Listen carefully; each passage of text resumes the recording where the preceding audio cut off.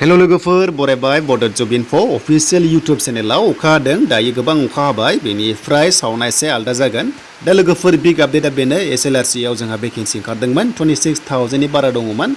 आरो बेयाव सोर गोदान एप्लाइ खालामनांगौ आरो खालामनाङा माखासे डेट होदों आरो माखासे पस्टआ बेवहाय एड जाबाय दा बेखौ आं नोंथांमोननो सिगाङावनो बुंखादोंमोन जे बे डिपार्टमेन्टआव गोबां थागोन होननानै बे पस्टआव गोबां डिपार्टमेन्ट थागोन होननानै दा सोरबादि खालामनांगौ खालामना गोबां कनफ्यूज जागासिनो दङ आं नोंथांमोननो गासैबो डिटेल्सखौ फारि फारि होगोन जास्ट भिडिअखौल' नोंथांमोना जोबजासिम नाय अब्लानो गासैबो डिटेल्सखौ नोंथांमोना मोननो हागोन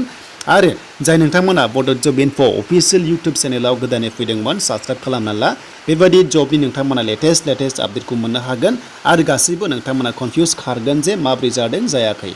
दा बिदिब्ला जों फैखाबाय सेबानि आन्दाराव बेयाव फैनाय लोगो लोगो सेबानि माखासे डिटेल्स फैदों बेनो जाबाय अनलाइन एप्लाइआ सोलिफिनबावगोन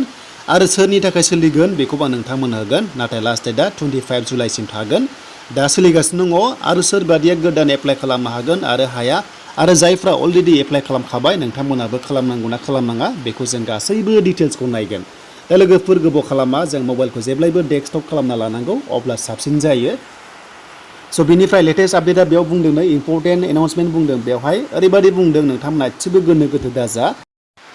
थ' जायफ्रा सिगाङाव नोंथांमोना क्लास 3 एबा ग्रेड 3 एप्लाइ खालामदोंमोन बेनो जाबाय आरो लोगोसे ड्राइभार पस्टमोन आरो बे डिपार्टमेन्टआ जाबाय एलिमेन्टारि इडुकेसन एबा DEE बेनिफ्राय सेकेन्डारि इडुकेसन एबा DSE आरो लोगोसे टेक्निकेल इडुकेसन एबा DTE नोंथांमोना मिथिखागौ जे डाइरेक्टरेट अफ टेक्निकेल इडुकेसनावहाय नोंथांमोना एप्लाइ खालामदोंमोन दा बेफ्राव खालामदोंमोनब्ला नोंथांमोना जुदि नैबे SLRC आव दासिमबो एप्लाइ खालामाखैमोनब्ला नोंथांमोनखौहाय मोनसे चान्स होफिनदों जे नोंथांमोननि पर्टेलाव ओपेन जाबाय दासिम नोंथांमोना खालामनो हागोन आरो लास्ट डेटआ 25 जुलाइसिम ओरैबायदिसो बाथ्राया जाय नोंथांमोना आं होनाय मेनसन खालामनाय पस्टआव सिगांनो एप्लाइ खालामदोंमोन बे पस्टआ केन्सेल जानानै नैबे SLRC 26,000 आव हाबबाय आरो बेयाव गोबां डिपार्टमेन्ट दंखायो होननानै आं नोंथांमोननो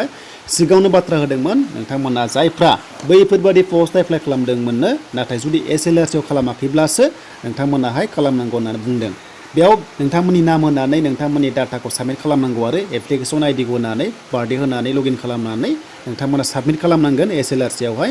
आरो लोगोसे नोंथांमोना पेमेन्टबो दाननांगोन नोंथांमोनाथ' मिथिखायो मोनसे पस्टआव 250 होनानै ST हिसाबै ग्रेड 3 आवहाय बेनो जाबाय ग्रेड 4 नङा दे बे जाबाय ग्रेड 3 अनलि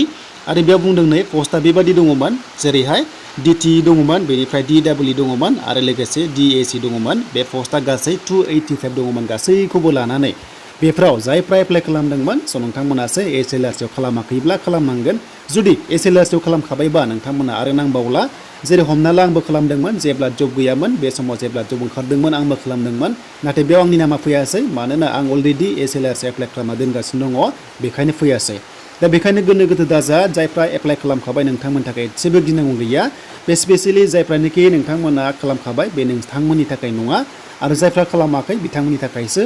आरो जायफ्रा गोदानै खालामनो सानदों नोंथांमोनाथ' खालामनो हाला मानोना डेटआ बारखाबाय जेब्ला मोनसेल' चान्सआ बेनो जायफ्रा सिगाङाव आं होननाय पस्ट एप्लाइ खालामदोंमोन नोंथांमोननि थाखायसो थ' आं आसा खालामो नोंथांमोना गासैबो डिटेल्सखौ बुजिबाय आरो एग्जामा नोंथांमोननि आगष्टनि लास्ट उइकआव जाखासिगोन जेरै 28 आव जागोन आरो 21 आव जागोन दा बेखौहाय नोंथांमोननो लेटेस्ट आपडेटखौ लाबावगोन बबे पस्टआ सिगां एग्जाम जागोन आरो सिलेबासआ माबोरै फैगोन बेनि सायाव नोंथांमोना इभिनिंआव भिडिअ मोनगोन थ' नोंथांमोना नेना थाथ'दो